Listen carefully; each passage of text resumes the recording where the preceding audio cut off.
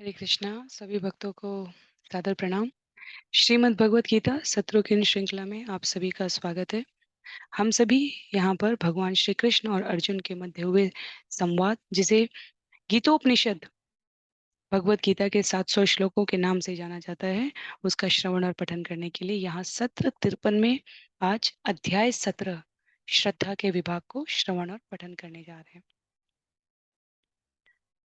हमारे अध्ययन का स्रोत अंतर्राष्ट्रीय कृष्ण भावनामृत संघ के संस्थापक आचार्य कृष्ण कृपामूर्ति श्री श्रीमद अभय चरणारविंद भक्ति वेदांता स्वामी शिल प्रभुपाद द्वारा लिखी गई सुंदर पुस्तक श्रीमद् भगवत गीता यथारूप है। जैसा कि सत्रों का प्रारूप है, वर्तमान सत्र का संक्षिप्त अवलोकन, उसके पश्चात मंगलाचरण और एक एक करके तदुपरांत हम लोग अध्याय से श्लोकों का वाचन करेंगे, अनुवाद श्रवण करेंगे, पठन करेंगे और भक्ति वेदांता स्वामी शिल प्रभुपाद के सुंदर तात्पर्यों के माध्यम से इस विषय को समझने का प्रयास करेंगे। अध्याय 17 श्रद्धा के विभाग में 28 श्लोक हैं और इस अध्याय की समाप्ति के पश्चात श्रीमद् भगवत गीता यथारूप से श्रवण पठन मनन अध्ययन किए गए श्लोकों की कुल संख्या 622 हो जाएगी। तो इसके पश्चात अंतिम अध्याय बचता है जिसका नाम है उपसंहार। उसमें 78 श्लोक हैं। तो यदि हम 622 और 78 को जोड़ें तो हमें बिल्कुल 700 श्लोक यहाँ पर भक्तों के संग में गुरुजनों के आशीर्वाद से शिल प्रभुपाद के मार्गदर्शन में श्रवण और पठन करने का अवसर प्राप्त हुआ है। आरंभ करते हैं मंगलाचरण से और उसके पश्चात हम लोग एक एक श्लोक को श्रवण और पठन करेंगे।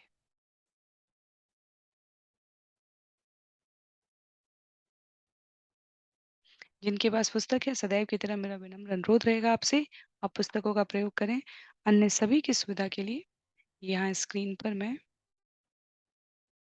श्लोक प्रस्तुत करने का प्रयास करूंगी।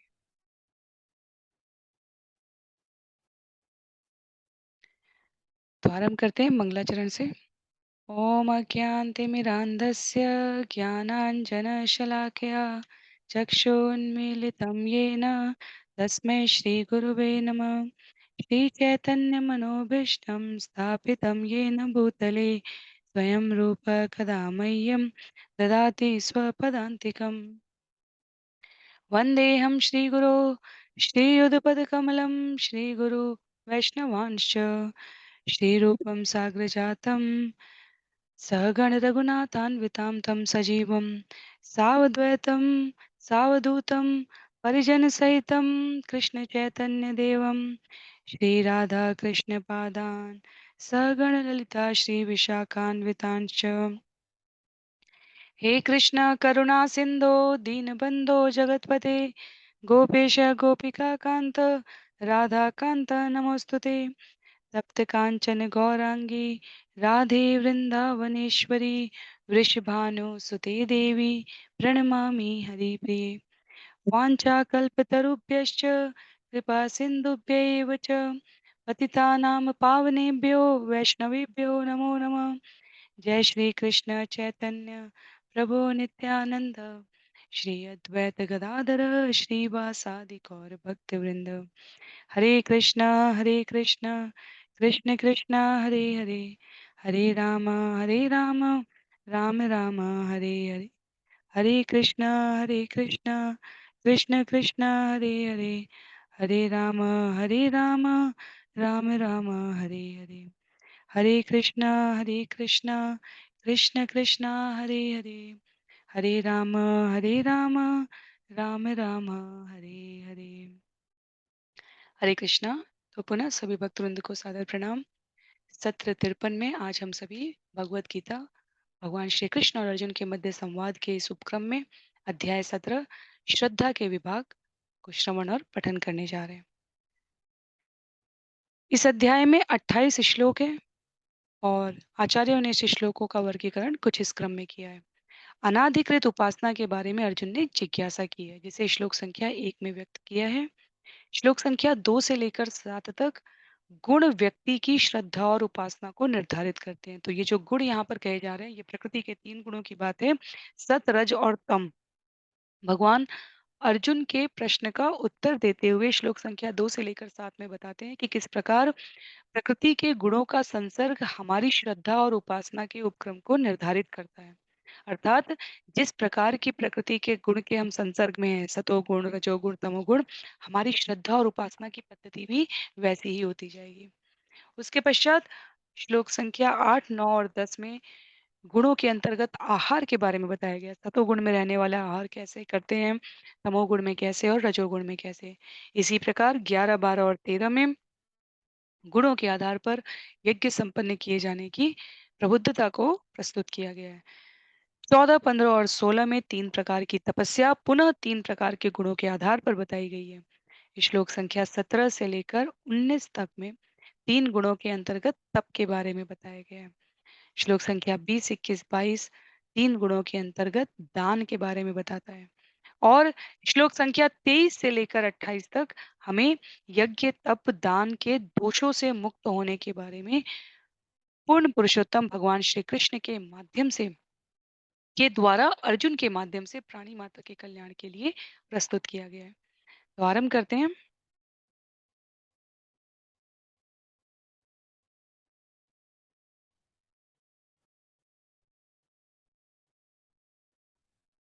एक एक श्लोक का वाचन करते हुए इस विषय को समझने का।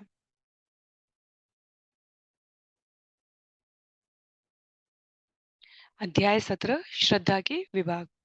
अर्जुन उवाच ये शास्त्रं विधिम् उत्सृज्य यजन्ते श्रद्धयान्विता तेषां निष्ठा तु का कृष्ण सत्वमाहो रजस्तमः।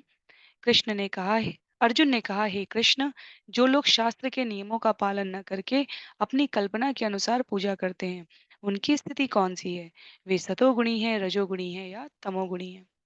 तो अध्याय 16 में भगवान ने दैवी और आसुरी गुणों को बताया था। अध्याय 15 में भगवान ने पुरुषोत्तम योग के बारे में बताया था। अध्याय 14 में भगवान प्रकृति के 3 गुणों के बारे में परिचित कराते हैं।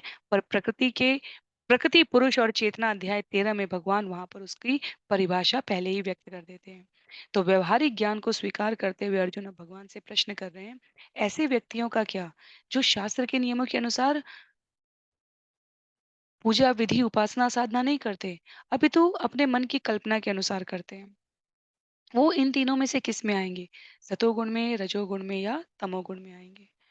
तो वास्तव में श्रील प्रभुपाद कहते हैं कि भगवत गीता के चतुर्थ अध्याय के 39वें श्लोक में स्पष्ट रूप से कहा गया है कि विशेष प्रकार की पूजा में निष्ठावान व्यक्ति, किसी भी विशेष प्रकार की पूजा में निष्ठावान व्यक्ति क्रमशः ज्ञान की अवस्था को प्राप्त होते हुए शांति और संपन्नता की सर्वोच्च सिद्ध अवस्था तक जाता है।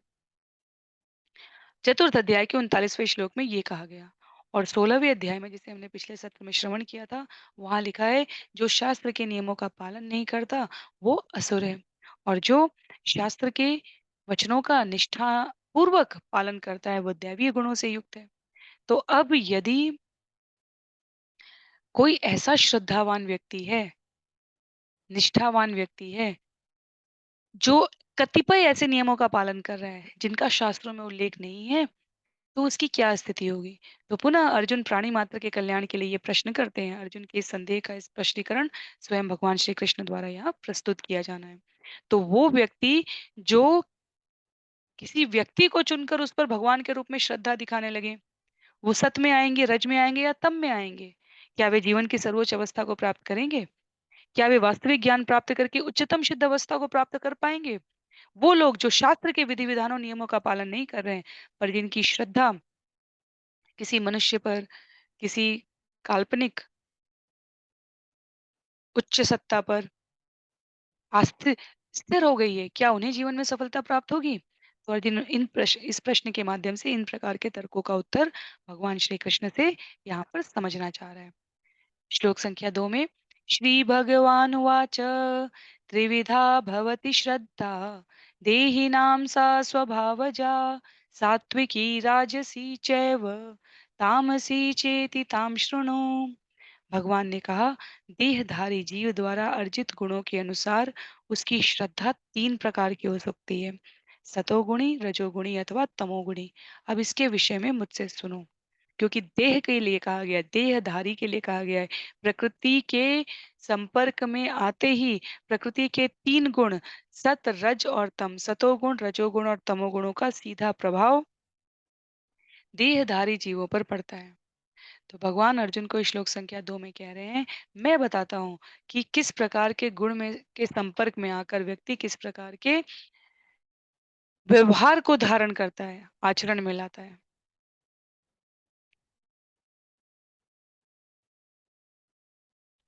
सबसे महत्व की बात यहाँ पर समझने की जो श्रील प्रभुपाद तात्पर्य में भी कहते हैं, बहुत सारे लोग शास्त्र के विधि विधानों को जानते हैं, पर आलस्य के वशीभूत होकर, प्रमाद के वशीभूत होकर, लापरवाह प्रवृत्ति प्रस्तुत करते हुए उन वचनों का, विधि विधानों का पालन नहीं करते। तो ऐसे लोगों के लिए कहा गया है कि वे प्रकृति के गुणों द्वारा शासित होते हैं। अर्थात यदि हम अपनी इंद्रियों को स्वयं नियंत्रित नहीं करेंगे, तो इंद्रियां हमें नियंत्रित करेंगी। हम यदि अपने क्रोध को नियंत्रित नहीं करेंगे, तो क्रोध हमें नियंत्रित करेगा। हम इस जगत में नियंत्रित होकर व्यवहार नहीं करेंगे, तो ये जगत हमें नियंत्रित करने लग जाता है। होता भी है व्यवहारिक रूप से इस जगत में। कहीं किसी भी देश काल सीमा में जाइए, जहाँ जो व्यक्ति नियमों का पालन नहीं करता, उसे बंदी बना लिया जाता है। उसे अनेक विभिन्न प्रकार की पनिशमेंट, सजाएँ दी जाती है। क्यों दी जाती है? क्योंकि या तो हम नियम सिस्टम में व्यवस्था में रहने के लिए हमें व्यवस्था के नियम का पालन करना पड़ेगा, नहीं तो हम व्यवस्था के नियमों द्वारा संचालित किए जाएँगे। तो बिल्कुल यही अवस्था प्रकृति के संसर्ग में रहने की है। यदि हम नहीं नियंत्रित करेंगे स्वयं को, हम शास्त्रों के वचनों का पालन करते हुए व्यवहार नहीं करेंगे, तो प्रकृति अपने गुणों के प्रभाव में हमसे पालन करवाएगी। तो प्रामाणिक गुरु की संगति में रहकर भक्तों के आदेशों का पालन करके भक्तों के संग में रहकर हमें वास्तव में अपनी स्थिति तमोगुण से सतोगुण या रजोगुण से सतोगुण में परिवर्तित करने का तो कम से कम प्रयास करना ही चाहिए। और जब हम बुद्धिपूर्वक श्रवण करते हैं, जाप करते हैं, कीर्तन करते हैं, सेवा करते हैं, तब हम उच्चतर गुण की स्थिति को भी प्राप्त कर सकते हैं। तो भगवान अर्जुन के माध्यम से यहाँ प्राणी मात्र को इसका दर्शन करा रहे हैं।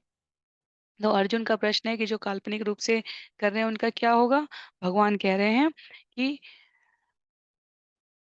प्रकृति के गुणों के द्वारा वो शासित होते हैं। अगले श्लोक में भगवान इसे और स्पष्ट करेंगे। श्लोक संख्या 3 में सत्त्वानुरूप सर्वस्य श्रद्धा भवति भारत श्रद्धामयो अयं पुरुषो यो यश्रद्धः स एव सः।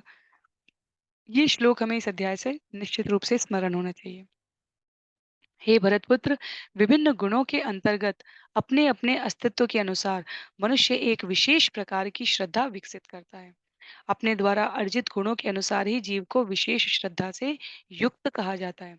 तो विभिन्न गुणों के अंतर्गत अपने अपने अस्तित्व के अनुसार जन्म जन्मांतर से जो स्वभाव हम धारण कर रखे हैं, अपने अपने अस्तित्व इस जन्म जन्मांतर की देह प्रक्रिया में, वैसे-वैसे हमारे भीतर एक विशेष प्रकार की श्रद्धा विकसित हो चुकी होती है। तो यहाँ पर स्पष्ट रूप से भगवान कह रहे हैं, अपने द्वारा अर्जित गुणों के अनुसार ही जीव को विशेष श्रद्धा से युक्त कहा जाता है। जैसे हम निषाद राज की कथा कई बार श्रवण कर चुके हैं। जब भरत आते हैं राम को मनाने के लिए जंगल में, और निषाद राज के पास थे भगवान उस समय, और निषाद राज ने दूर से अयोध्या की पताकाएं देखी, भरत को देखा और सूचनाएँ प्राप्त की कि वो पूरे दल बल के साथ आ रहे हैं, तो उन्हें लगा कहीं भरत के भीतर भगवान राम को मारकर निष्कंटक राज्य करने की भावना तो नहीं आ गई। और इस विचार में वो अपनी सेना को तैयार करते हैं भरत की सेना पर आक्रमण करने के लिए। तभी जो निषाद समूह के वरिष्ठ सदस्य थे, उन्होंने कहा एक बार परिचय प्राप्त कर लेते हैं। किस भाव से आ रहे हैं भरत वो जान लेते हैं, और इसके लिए क्या उपाय किया जाए।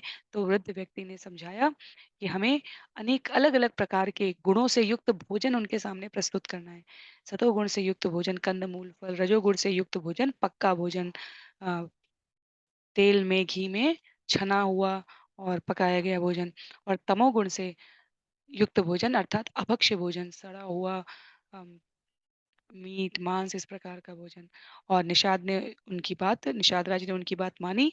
3 प्रकार के विभिन्न टोकरियों में व्यंजन लेकर भरत के सामने पहुँचते हैं अपने कुछ प्रमुख चुने हुए अस्त्र-शस्त्रधारी योद्धाओं के साथ। और भरत के सामने परिचय देते हैं, मैं राम का सेवक निषाद राज आपको प्रणाम करता हूँ। इतना कहना मात्र था, भरत ने प्रणाम करते हुए निषाद राज को उठाकर गले से लगा लिया।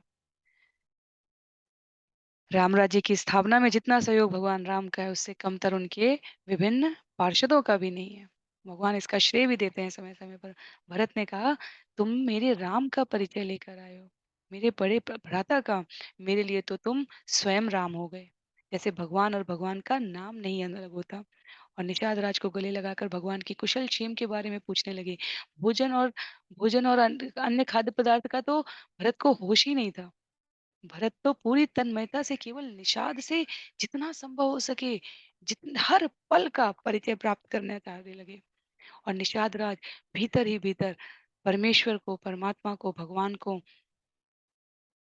बहुगुणे बार, अनगिनत बार धन्यवाद ज्ञापित करते हैं। कितना बड़ा अपराध हो गया होता, तो हमारी संस्कृति, हमारी सभ्यता, हमारे धर्म में व्यक्ति के खान पान से, उसके आचरण का, उसके व्यवहार का परिचय प्राप्त होता है।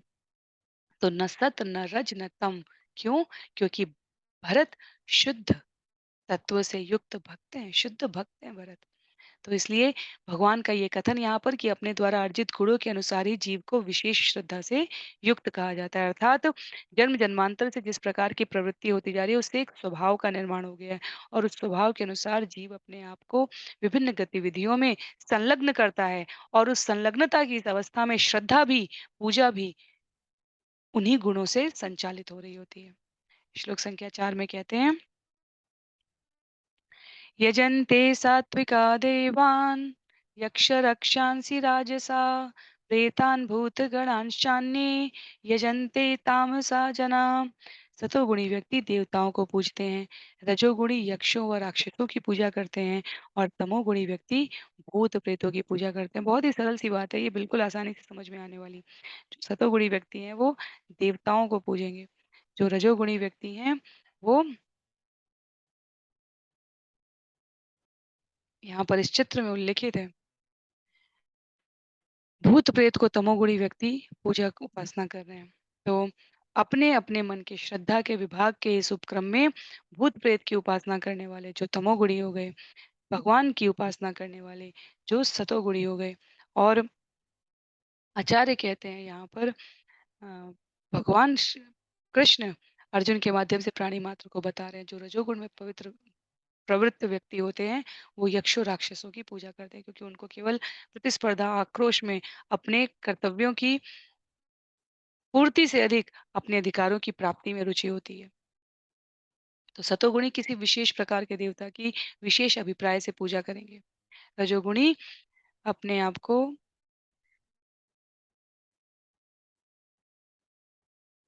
यक्ष राक्षस की पूजा करता है। शिल प्रभुपाद ने यहाँ पर तात्पर्य में एक बड़ी ही रोचक पंक्ति लिखी है। उन्होंने लिखा है, हमें स्मरण रखना चाहिए कि द्वितीय विश्व युद्ध के समय कलकत्ता का एक व्यक्ति हिटलर की पूजा करता था, क्योंकि उसका कहना था, भला हो उस युद्ध का जिसमें उसने काले धंधे से प्रचुर धन संचित करने का अवसर प्राप्त हुआ।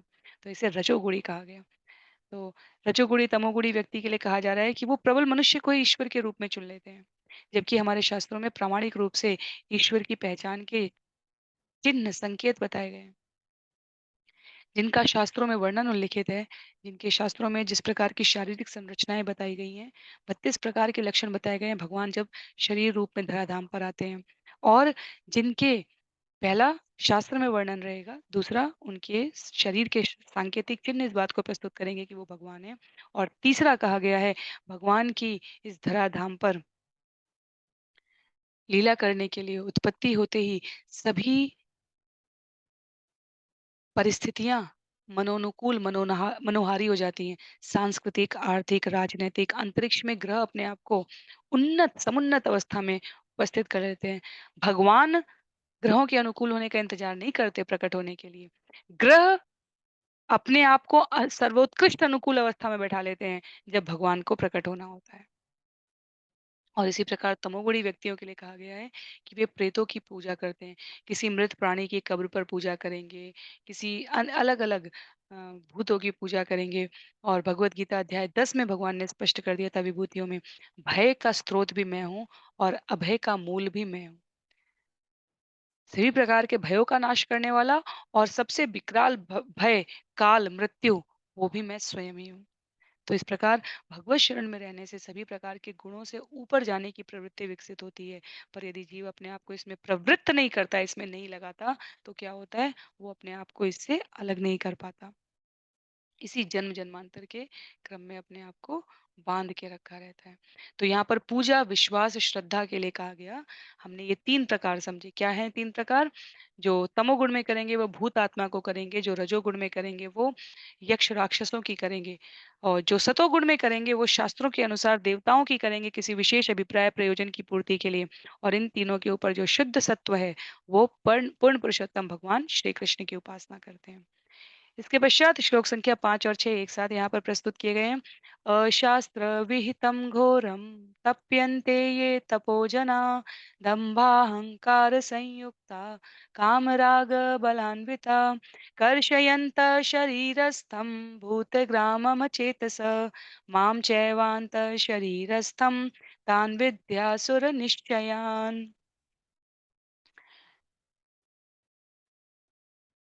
क्या कहा गया है?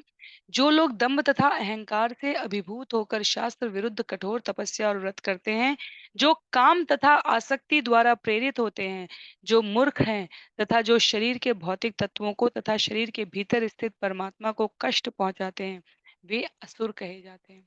तो सभी प्रकार के लक्षण यहाँ पर बता दिए गए। जो मूर्ख हैं, शरीर के भौतिक तत्वों को तथा शरीर के स्थित परमात्मा को कष्ट पहुंचाते हैं। कैसे? कुछ पूजा विधियाँ ऐसी होती हैं अपने शरीर को इतनी कठोर यातना देकर की जाती हैं। कलयुग के लिए ऐसी किसी भी पूजा की भक्ति योग में संस्तुति नहीं की गई है। और भक्ति योग सर्वश्रेष्ठ योग है, भगवान श्री कृष्ण इस भगवत गीता में कई बार कह चुके हैं। तो यदि हम इस पर विश्वास नहीं कर रहे हैं तो सबसे पहले तो हम भगवान के कथनों पर विश्वास नहीं कर रहे हैं, तो हम अपने भीतर अश्रद्धा का निर्माण कर रहे हैं। स्पष्ट रूप से यहाँ पर कहा गया है, जो शास्त्र विरुद्ध कठोर तपस्या और व्रत करते हैं, जो शरीर के भौतिक तत्वों को तथा शरीर के भीतर स्थित परमात्मा को कष्ट पहुंचाते हैं, कहीं जीवा में छेद करके, कहीं नाक के दोनों भाग से भारी त्रिशूल धारण करके, कहीं पीठ पर अनेकों प्रकार की पीड़ादायक टाकों कांटों के साथ भयंकर दृश्य उपस्थित करने की प्रवृत्ति। आचार्य कहते हैं, तात्पर्य में यहाँ पर शिल प्रभुपाद कहते हैं कि ऐसी विधियों का निर्माण कर लेना जिनका वर्णन शास्त्रों में नहीं है, कुछ लोगों द्वारा ऐसा किया जाता है। तो ये किसी स्वार्थ के प्रयोजन से, किसी राजनीतिक कारण से, ये किस प्रकार से सामाजिक उद्देश्य के लिए नहीं होती इसकी प्रस्तुति। ये अहंकार, गर्व, काम तथा भौतिक भोग के प्रति आसक्ति के लिए, मेरा नाम, मेरा यश हो, मैंने ऐसा अद्भुत कार्य किया है। तो ऐसे लोग अपने शरीर के ही उन तत्वों को विक्षोभ देते हैं, क्षिति जल पावक गगन समीरा को, जिनसे ये शरीर बना हुआ है। तो ऐसे लोगों को निश्चित रूप से कहा गया है कि ऐसा ऐसे व्यक्ति वास्तव में समाज में शांति नहीं लाते हैं। उनके द्वारा समाज की संरचना की व्यवस्था जो है, वो खंडित होती है। ये कार्य भगवान द्वारा संस्तुत नहीं होते हैं और जो इन कार्यों में प्रवृत्त होते हैं वो वास्तव में असुर श्रेणी में आते हैं। अचेतसः, तो हमें सामान्य सम्यक मन स्थिति वाले पुरुषों द्वारा, जो व्यक्तियों द्वारा जो आचरण किया गया है उसका पालन करना चाहिए। ऐसा नहीं जो कि शास्त्रों की उपेक्षा करके मनगढ़ंत तरीके से किंचित स्वार्थों की पूर्ति के लिए स्वयं प्रस्तुत करके अन्यों को आकर्षित करने के लिए किए जाएं। ऐसे प्रयास से, ऐसे संसर्ग से, ऐसे व्यक्तियों से अपने आप को बचा कर रखना चाहिए। श्लोक संख्या 7 में अब यहाँ पर उल्लेखित किया गया है, आहार तु अपि सर्वस्य त्रिविधो भवति प्रिय यज्ञ तपस्था दानं तेषां भेदम इमं शृणु। यहाँ तक कि प्रत्येक व्यक्ति जो भोजन पसंद करता है वह भी प्रकृति के गुणों के अनुसार 3 प्रकार का होता है। यही बात यज्ञ तपस्या तथा दान के लिए भी सत्य है। अब उनके भेदों के विषय में सुनो। तो भगवान यहाँ पर 2 से 7 तक जो उन्होंने विभिन्न प्रकार बताए उसमें वो बता रहे हैं भोजन, यज्ञ, तपस्या, दान, इन सब के विभिन्न भेदों के बारे में सुनो। तो 2 से 7 तक हमने जो श्रवण किया अभी,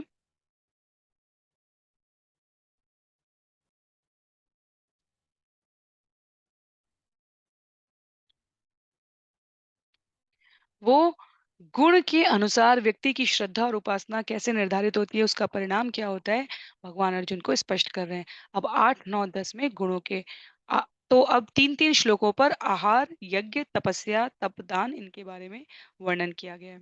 क्या कहते हैं श्लोक संख्या 8 में? आयु सत्व बलारोग्य सुख प्रीति विवर्धना रस्या स्निग्धा स्थिरा यद्या आहारा सात्विक प्रिया। जो भोजन सात्विक व्यक्तियों को प्रिय होता है वह आयु बढ़ाने वाला, जीवन को शुद्ध करने वाला तथा बल, स्वास्थ्य, सुख तथा तृप्ति प्रदान करने वाला होता है। ऐसा भोजन रसमय, स्निग्ध, स्वास्थ्यप्रद तथा हृदय को भाने वाला होता है। तो सात्विक व्यक्तियों को जो भोजन प्रिय होगा उसमें सभी कुछ सम्यक रूप में होगा। तीनों प्रकार के भोजन के जो वर्णन यहाँ पर प्रस्तुत किए गए उनको श्रवण करके फिर हम भोजन के प्रकार के दर्शन भी करेंगे। आज एकादशी के दिन हम दर्शन भी करेंगे। श्लोक संख्या 9 में कट्व अम्ल लवण अति उष्ण तीक्ष्ण रुक्ष विदाहिन आहारा राजसश्रेष्ठा दुख शोकामय प्रदा। अत्यधिक तिक्त, खट्टे, नमकीन, गरम, चटपटे, शुष्क तथा जलन उत्पन्न करने वाले भोजन रजोगुणी व्यक्ति को प्रिय बताए गए हैं। ऐसे भोजन दुख, शोक तथा रोग उत्पन्न करते हैं। तो सतोगुण का भोजन सम्यक होगा, समरसता से युक्त होगा, स्निग्ध होगा, स्वास्थ्यप्रद होगा, रसमय होगा। और रजोगुण का भोजन कैसे होगा? चटपटा, शुष्क, जलन उत्पन्न करने वाला, अत्यधिक तिक्त, तीखा, अत्यधिक खट्टा, नमकीन। तो ऐसा भोजन दुख, शोक और रोग को उत्पन्न करता है। और वास्तव में हम सबका अनुभव होगा, जिस प्रकार का हम भोजन ग्रहण करते हैं हमारी मनोवृत्ति भी वैसी ही हो जाती है। जैसा खाओगे अन्न वैसा होगा मन। श्लोक संख्या 10 में कहा गया है यात यामम गत रसम पूति पर्युषितम च यत उच्छिष्टम अपि चामेद्यम भोजनम तामस प्रियम। खाने से 3 घंटे पूर्व पकाया गया स्वादहीन, वियोजित एवं सड़ा, जूठा तथा अस्पृश्य वस्तुओं से युक्त भोजन उन लोगों को प्रिय होता है जो तामसी होते हैं। आहार का उद्देश्य क्या है? आहार का उद्देश्य श्रील प्रभुपाद कहते हैं आयु बढ़ाना है, मस्तिष्क को शुद्ध करना है, शरीर को शक्ति पहुंचाना है। आहार का एकमात्र जो प्रयोजन है ये इन 3 तत्वों को मिलाकर है। शरीर को पोषण प्रदान करना है, शक्ति पहुंचाना है, मस्तिष्क को शुद्ध करना है और जीव की आयु बढ़ानी है। अब श्रील प्रभुपाद कह रहे हैं विद्वान पुरुष प्राचीन काल में ऐसा भोजन चुनते थे जो स्वास्थ्य तथा आयु बढ़ाने वाला हो, जैसे दूध के व्यंजन, गेहूं, फल, तरकारियां, चीनी, चावल, ये सब श्रील प्रभुपाद यहाँ व्यक्त करते हैं। तो ये भोजन सतोगुणी व्यक्तियों को अत्यंत प्रिय होते हैं। और उसके बाद वो लिखते हैं कुछ पदार्थ जैसे भुना मक्का, गुड़, ये अपने आप में स्वयं रुचिकर ना होकर दूध के या अन्य पदार्थों के साथ मिलाने पर स्वादिष्ट हो जाते थे। तो ये सात्विक कहलाने लगते थे। तो ये भोजन स्वभाव से ही शुद्ध होते थे। इन भोजन का किसी पशु वध से, किसी पशु चर्बी से, किसी अस्पृश्य पदार्थ से कोई संबंध नहीं होता था। तो दूध, मक्खन, पनीर, अन्य पदार्थों से जो पशु चर्बी मिलती है उनके निर्दोष पशुओं को मारने के लिए नहीं इस प्रकार का भोजन प्रयोग में किया जाता था। प्रोटीन के लिए मटर, दाल, दलिया आदि प्रचुर मात्रा में जो उपलब्ध है उसका प्रयोग किया जाता था। तो सात्विक भोजन हमें देखने से ही पता चल जाता है। अभी सबके चित्र उपलब्ध कराए जाएंगे। राजसीय भोजन कहा गया है जो बहुत अधिक कटु होता है, बहुत अधिक लवणीय, बहुत अधिक गर्म या चटपटा होता है। वो आमाशय की श्लेष्मा को घटाकर रोग उत्पन्न करता है। और तामसी भोजन तो अनिवार्यतः रूप से बासी भोजन से आरंभ होते हुए कहा गया है। तो यहाँ विशेष रूप से श्लोक संख्या यदि हम देखें श्लोक संख्या 10 में विशेष रूप से कहा गया कि 3.5 घंटे से पूर्व बना कोई भी भोजन तामसी माना जाता है। लेकिन श्रील प्रभुपाद कोष्ठक में ब्रैकेट में लिखते हैं भगवान को अर्पित प्रसादम को छोड़कर। क्योंकि भगवान को तो ग्रहण में भी जब जिस भोजन में तुलसी दल डला हुआ है वो भोजन ग्रहण के बाद भी स्वीकार्य कहा जाता है। तुलसी दल की उपस्थिति की ऐसी चमत्कारिता है। तो भगवान के प्रसाद को छोड़कर 3 साढ़े 3 घंटे के बाद का जो भोजन कहा गया है वो तामसिक कहा गया है। तो अब ये जो 3 प्रकार के भोजन है ये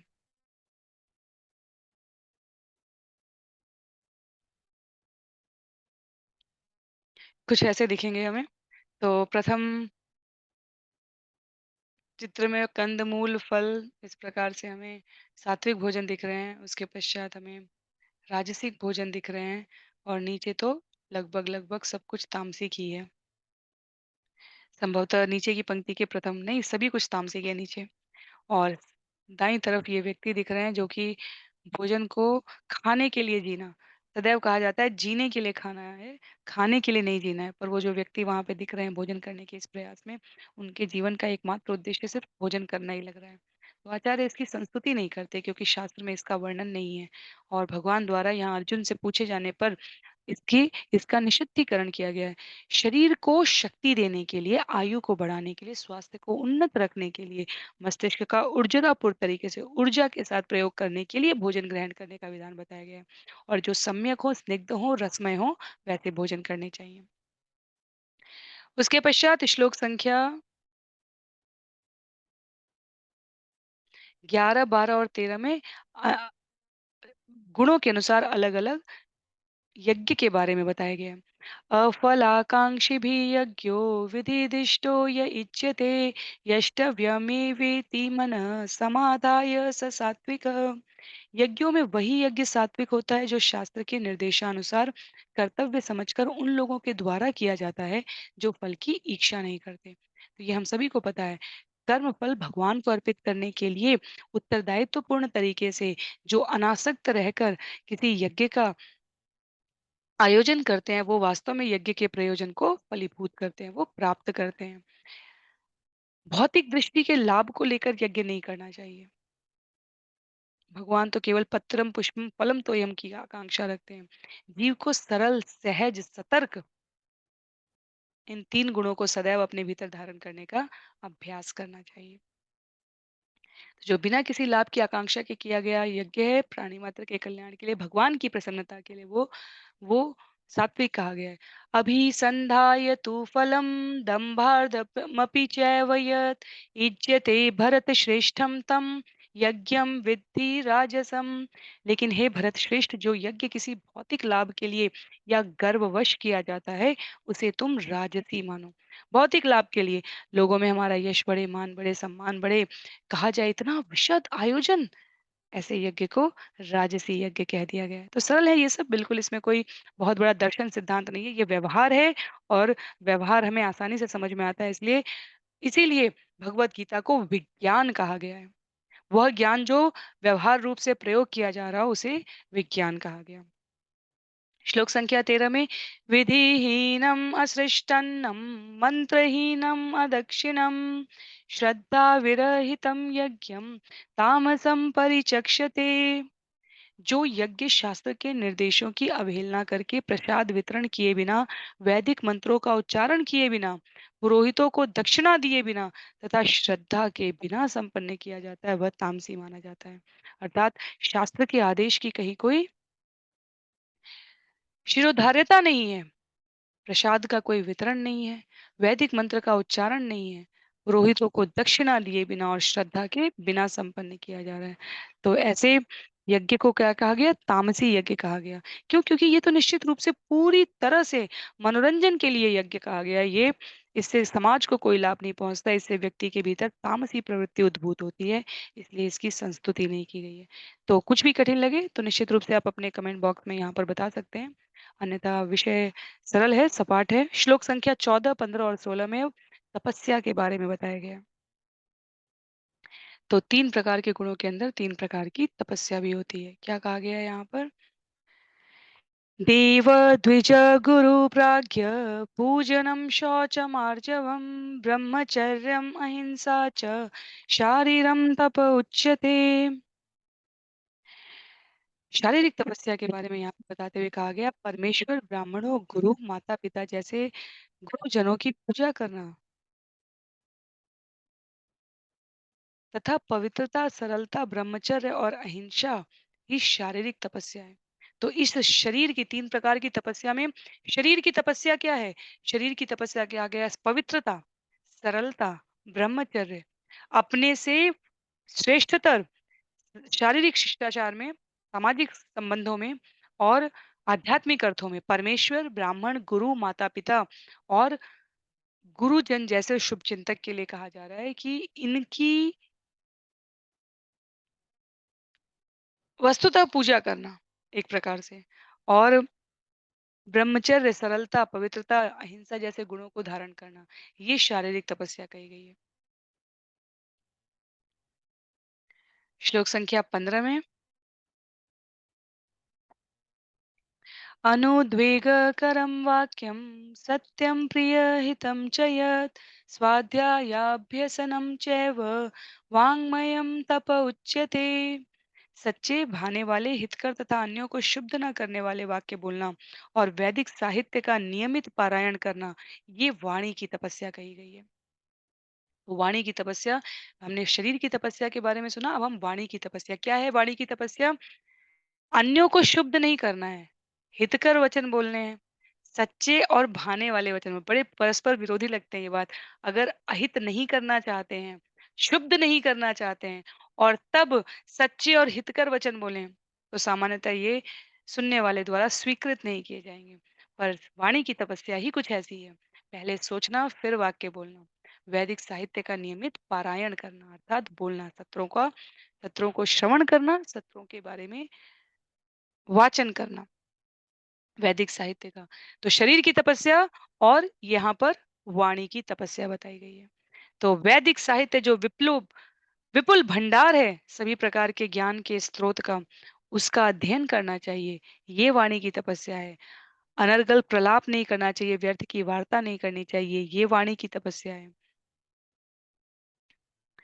मधुर फिर भी सत्य, हितकर फिर भी शुभ ना करने वाली वाणी का हम प्रयोग कैसे करें, यही वाणी की तपस्या है।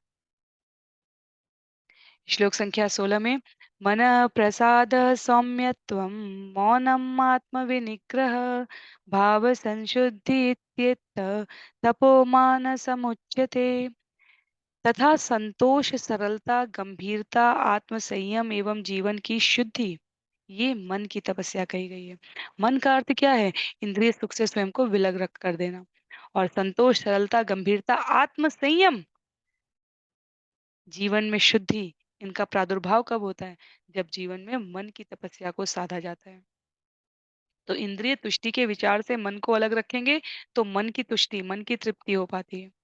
और वास्तव में इस युग के लिए शिला प्रभुपाद कहते हैं, अनावश्यक रूप से हमने अपने आप को अत्यंत असावधानी से चुनी गई स्थितियों परिस्थितियों के बीच में यूं ही छोड़ दिया होता है, और ये हमारे लिए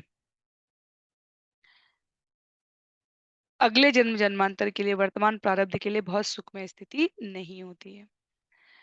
तो शरीर की, मन की, वाणी की, ये 3 तपस्या बताई गई हैं। इसके पश्चात अब श्लोक संख्या 17, 18 और 19 में 3 गुणों के अंतर्गत तप बताए गए हैं। तो ये विषय सरल है, आपने पहले भी श्रवण कर रखे हैं, इसलिए मैं इसको इस श्लोकों में जितना विषय व्यक्त किया गया उसकी गति के अनुसार जा रही हूँ। यदि आप सबको लगे कि कुछ शीघ्रता हो रही है या कोई प्रश्न अनुत्तरित रह गया है, कोई भाव अभी आपको व्यक्त करना है, तो आप निश्चित रूप से कमेंट बॉक्स में लिख सकते हैं, या व्यक्तिगत रूप से आप जहाँ भी जुड़े हैं, जिस भी समूह में, वहां पर व्यक्त कर सकते हैं।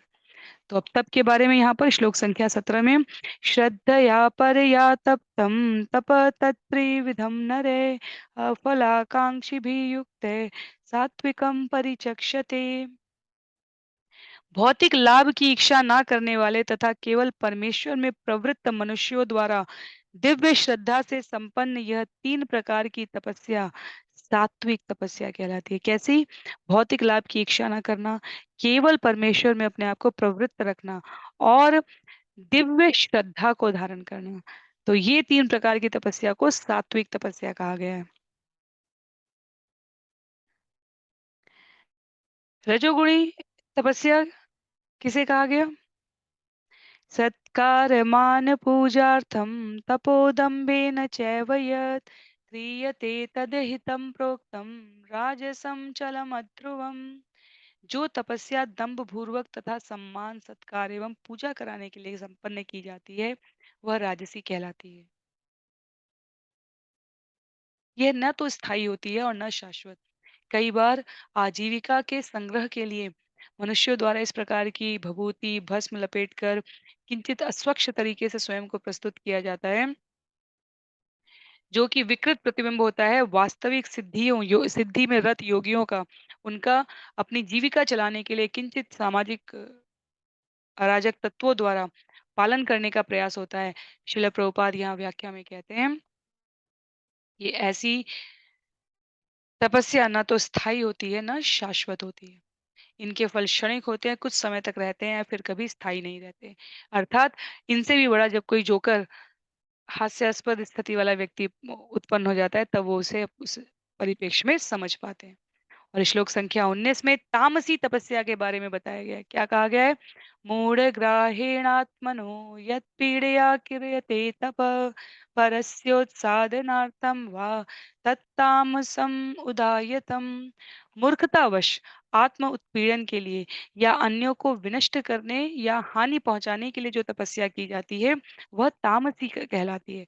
बिल्कुल आरंभ में हमने कहा जो मनगढ़ंत तरीके से करेंगे, अपने शरीर के विभिन्न अंगों उपांगों को जगह-जगह से छिद्र करके, ये पूजा की विद्धि विधि मनगढ़ंत काल्पनिक तरीके से अपने आप को इस प्रकार से कष्ट देने की कहीं शास्त्रों में उल्लेख उल्लेख नहीं आता। वास्तव में हिरण्यकशिपु या रावण जैसे लोगों ने जो अपने आप को नष्ट करने के लिए तत्पर थे, वो तामसी तपस्या का प्रतिनिधित्व करते हैं। अंततः क्या हुआ? अंततः वो भगवान के द्वारा मारे गए। उन्होंने ऐसी वस्तुएँ माँगी क्योंकि उनके जीवन में क्या नहीं है? इस तपस्या से पहले उनके जीवन में मन की तपस्या नहीं थी, संतोष, धैर्य, सहिष्णु होना, वाणी की तपस्या नहीं थी, सरल, समरस बोलना और सतोगुण की तपस्या नहीं थी, जहाँ पर किसी भी लाभ की आकांक्षा के बिना भगवान की प्रसन्नता के लिए कर्म किया जाए। तो तामसी कहलाती है वो अवस्था जहाँ आत्म उत्पीड़न कई बार स्वयं को परेशान करके, कई बार अन्यों को परेशान करके सफलता प्राप्ति की आकांक्षा की जाए। ये बिल्कुल विरुद्ध है शास्त्र के, कभी भी ऐसा प्रयास नहीं करना चाहिए। श्लोक संख्या 20, 21 और 22 में यहाँ पर 3 गुणों के अंतर्गत दान के बारे में बताया गया है। कई बार हमें दान के बारे में दुविधा हो जाती है। हमारे द्वार पर जो भी आए हमें लगता है वो हमारे द्रव्य का अधिकारी है। द्रव्य से शब्द से ज़्यादा उल्लिखित हमारे लिए भिक्षा शब्द है। तो हम श्रवण करेंगे यहाँ पर और हम प्रयास करेंगे कि हम उसको भली प्रकार से समझ सकें। दातव्यम् इति यद्दानं दीयते अनुपकारिणे देशे काले च पात्रे च तद्दानं सात्विकं स्मृतम्। जो दान कर्तव्य समझकर किसी प्रत्युपकार की आशा के बिना समुचित काल तथा स्थान में और योग्य व्यक्तियों को समर्पित किया जाता है, वह सात्विक माना जाता है। तो किस प्रकार का? जब कर्तव्य समझकर किया जाए, प्रत्युपकार की आशा के बिना, लेन-देन की प्रवृत्ति के साथ नहीं, प्रत्युपकार की आशा के बिना, समुचित काल और स्थान में किया जाए। एक-एक के सुंदर-सुंदर उदाहरण प्रस्तुत किए जा सकते हैं और योग्य व्यक्तियों को किए जाएँ। योग्यता व्यक्ति की होनी चाहिए, योग्यता स्थान की होनी चाहिए, योग्यता समय की होनी चाहिए। अपनी योग्यता में कर्तव्य समझकर प्रत्युपकार की आशा के बिना किया गया दान सात्विक कहा गया है।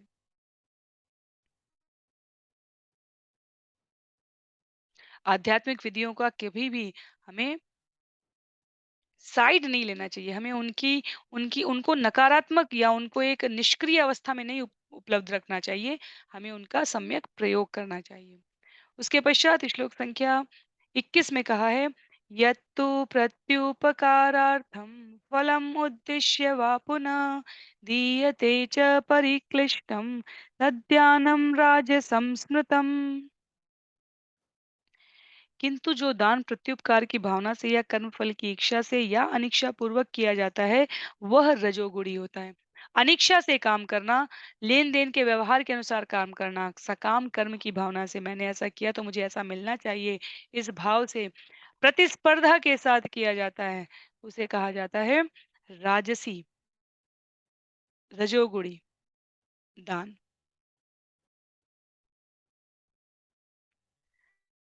दान के तो वास्तव में बहुत सारे उदाहरण हैं। समय की सीमितता है, प्रतिबंधता है, इसलिए हम लोग क्रमशः आगे बढ़ेंगे। तामसिक दान किसे कहा गया है? अदेश काले यद्दानम् अपात्रेभ्य च दीयते असत्कृतम् अवज्ञातं तत्तामसमुदाह्यतम्। तथा जो दान किसी अपवित्र स्थान में अनुचित समय में किसी अयोग्य व्यक्ति को या बिना समुचित ध्यान तथा आदर से दिया जाता है, वह तामसी कहलाता है।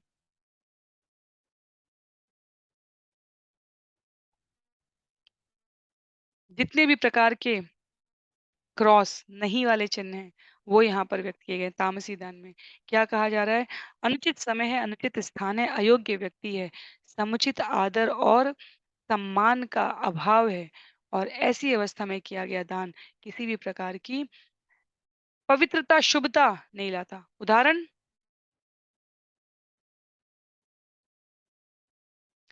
द्यूत क्रीड़ा या मद्यपान में यदि हमने किसी को धन दिया और बाद में उसे इन क्रियाओं में अनुरक्त देखा, तो वास्तव में हम भी उस तामसी दान के भाग बन गए। इसीलिए जब भी अभी तो मानवीय स्तर पर ये बात कही जाती है, पर वैधानिक स्तर पर शास्त्र के विधि प्रमाण के अनुसार भी कही गई है ये बात कि जब भी दान व्यक्ति और उसके स्वभाव को, कार्य को जाने बिना किया जाता है द्रव्य के रूप में, तो वो निश्चित रूप से यदि दुरुपयोग हुआ, तो देने वाले व्यक्ति के साथ भी कर्म बंधन बन जाता है। तो इसलिए बहुत, बहुत, बहुत विचार करना चाहिए हमें। ये सारी व्यावहारिक बातें शास्त्रों में वर्णित है।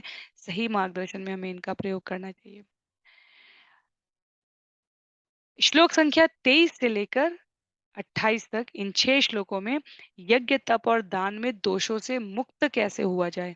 कैसे हम अपने आप को, जो सोचा भी नहीं गया उस प्रकार के अपराध यदि अपने को लग जाए, तो उनसे अपने आप को कैसे मुक्त किया जाए?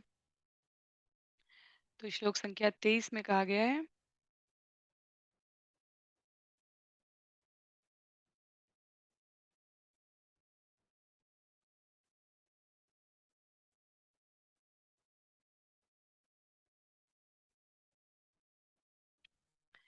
ओम तत्सद इति निर्देशो ब्रह्मणस्त्रिविधः स्मृतः ब्राह्मणातेन वेदाश्च यज्ञाश्च विहिता पुरा।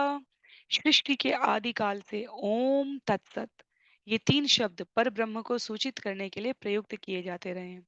ये तीनों सांकेतिक अभिव्यक्तियां ब्राह्मणों द्वारा वैदिक मंत्रों का उच्चारण करते समय तथा ब्रह्म को संतुष्ट करने के लिए यज्ञों के समय प्रयुक्त होती थी।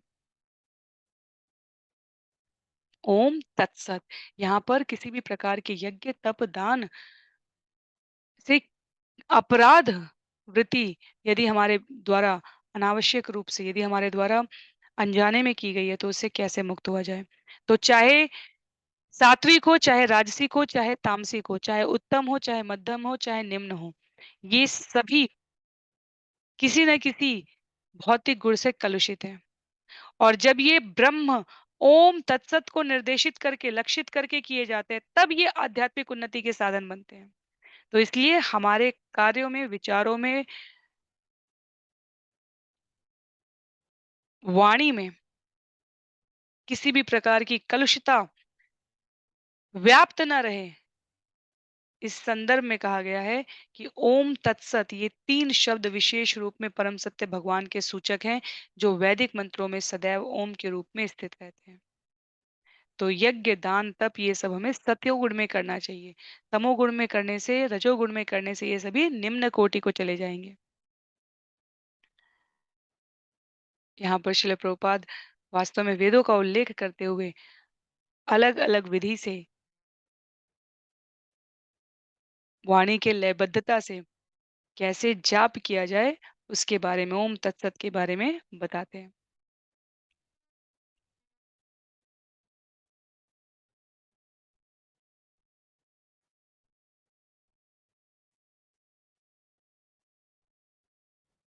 शिल प्रभुपाद तात्पर्य में कहते हैं, ओम तद विष्णु, किसी भी वैदिक मंत्र या परमेश्वर का नाम लिया जाए तो उसके साथ ओम जोड़ देना चाहिए। ये वैदिक साहित्य का सूचक है ओम। इसलिए सभी जगह ओम इत्येत ब्रह्मणो निष्ठितम नाम ऋग्वेद का प्रथम लक्ष्य का सूचक बताया गया। फिर तत्त्वमसि छांदोग्य उपनिषद को दूसरे लक्ष्य का उपदेशक बताया गया यहाँ पर सूचक। और सद एवं सौम्य उपनिषद कौन सा है? छांदोग्य उपनिषद, वहां से तृतीय लक्ष्य का सूचक बताया गया। हमारे ये तीन लक्ष्य क्या हैं? तीन लक्ष्य अपने आप को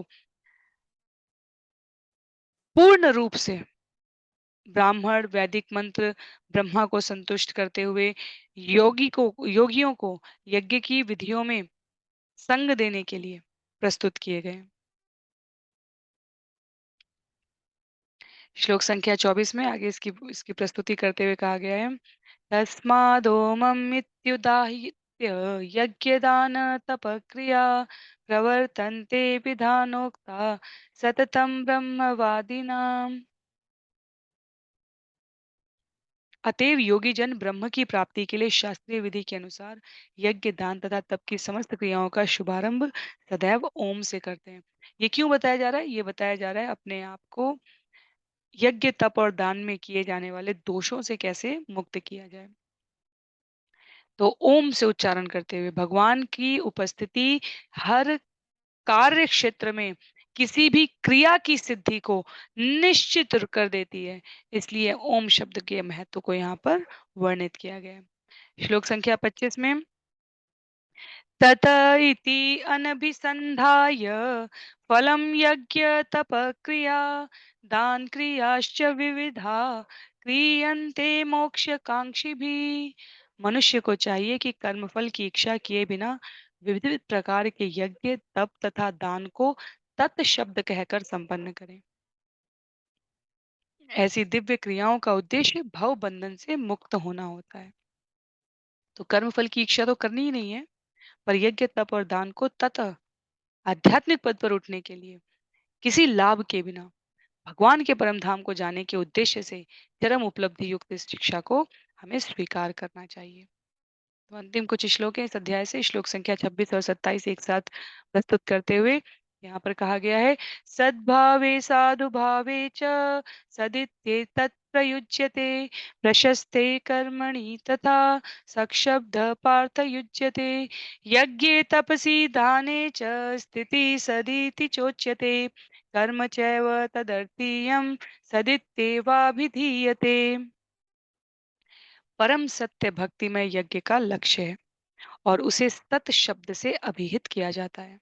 हे प्रथापुत्र, ऐसे यज्ञ का संपन्न करता भी सत कहलाता है। जिस प्रकार यज्ञ तप तथा दान के सारे कर्म भी जो परम पुरुष को प्रसन्न करने के लिए किए जाते हैं सत है। भगवान क्या है? सच्चित आनंद, सच्चिदानंद परमेश्वर। सभी प्रकार के इन क्रियाओं का लक्ष्य भगवान है और भगवान को सत कहा गया है। इन क्रियाओं को संपन्न करने वालों को भी सत कहा गया है। तो भगवान का कार्य भगवान के निमित्त बनकर भगवान की प्रसन्नता के लिए संपन्न करना है। इस मानसिकता के साथ अपने जीवन को जो यापन करते हैं उनके लिए कहा गया है वो परम पुरुष को प्रसन्न करने में भक्ति में यज्ञ को जीवन का लक्ष्य बनाने में सक्षम हो पाते हैं, सफल हो पाते हैं। तो आध्यात्मिक दृष्टि भक्तों की उनके संग से ये सारे विषय स्पष्ट हो रहे हैं। जैसे उत्सव के समय भगवान के मंदिर में भोजन बनाना, कहीं किसी कार्यक्रम में सहायताएं करना, भगवान के यश का प्रसार करने वाले किसी भी कार्य में स्वयं को सेवक के रूप में प्रस्तुत करना, ये सब कुछ ब्रह्म का प्रतिनिधित्व करने के समान फलदायी है, सूचक है। पर जीव इसमें रुचि नहीं रखता है कि उसे फल प्राप्त हो। जीव केवल सेवा करके अपने आप को संतुष्टि का अनुभव करता है। तो ये पूरा जो ओम तत्सत यहाँ पर इन 4 श्लोकों में था, 23, 24, 25, 26, 27 5 श्लोकों में था। इसमें कहा जा रहा है, श्रील प्रभुपाद तात्पर्य की अंतिम पंक्ति में कह रहे हैं, ओम तत्सत शब्द समस्त कार्यों को पूरा करने के लिए कई प्रकार से प्रयुक्त किए जाते हैं।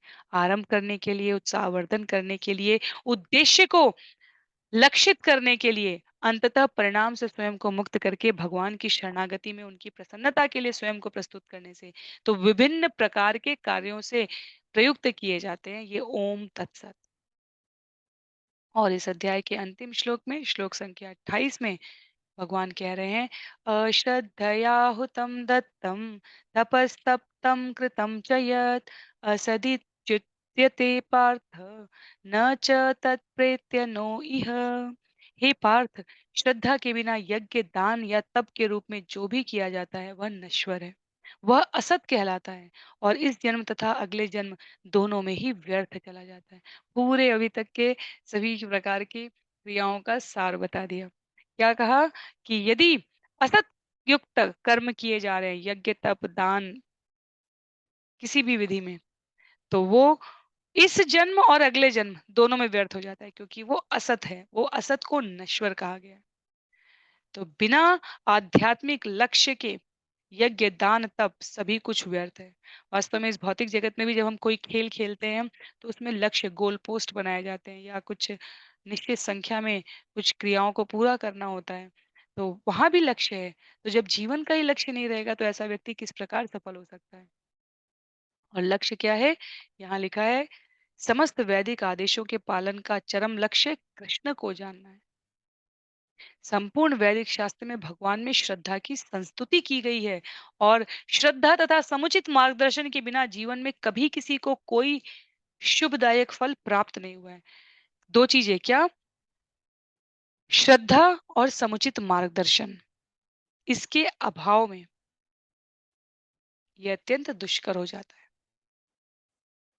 तो जब काल क्रम में इस प्रकार श्रद्धा परिवर्तित होगी, इस प्रकार के कार्यों को करते हुए परिपक्व होगी, तो श्रील प्रभुपाद कहते हैं इसे ईश्वर प्रेम कहते हैं। यही प्रेम समस्त जीवों का परम लक्ष्य है। और इसलिए मनुष्य के रूप में ये दुर्लभ देह प्राप्त करने के पश्चात हमारे अगले चरण में पुनः हमें कोई देह न धारण करनी पड़े, ऐसी प्रवृत्ति के साथ इस जगत से निवृत्ति रखनी चाहिए। बिल्कुल कोई आसक्ति नहीं रखनी चाहिए, पर सभी कार्यों को उत्तरदायित्व पूर्ण तरीके से पूरा करने का प्रयास करते रहना चाहिए। तो यहाँ पर श्रील प्रभुपाद कहते हैं, इस प्रकार श्रीमद् भगवद गीता के 17वें अध्याय श्रद्धा के विभाग का भक्ति वेदांत तात्पर्य पूर्ण हो रहा है। किसी भी प्रकार की व्यावहारिक जिज्ञासा हो तो आप कमेंट बॉक्स में बता सकते हैं। बिल्कुल सभी सत्रों के अंत में पुनरावृत्ति के पश्चात हम लोग प्रयास करेंगे, पहले या बाद में प्रयास करेंगे एक प्रश्नोत्तरी सत्र रखने का। वहाँ के लिए आप अपने प्रश्न प्रेषित कर सकते हैं, या आप समूह में जहाँ जुड़े हैं, यदि आपको व्यक्तिगत रूप से तुरंत उत्तर चाहिए, तो आप इन इन इन विषयों से संबंधित क्या व्यावहारिक जिज्ञासाएं, कठिनाई प्रश्न हो सकते हैं, उस संबंध में मैं ये कह रही हूँ।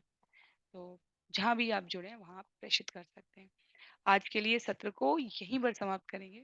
अगले सत्र में हम लोग अंतिम 78 श्लोकों के लिए, श्रीमद् भगवत गीता के अंतिम 78 श्लोकों के लिए अपने आप को भक्तों के संग में प्रस्तुत कर सकें, ऐसी भगवान से प्रार्थना करेंगे।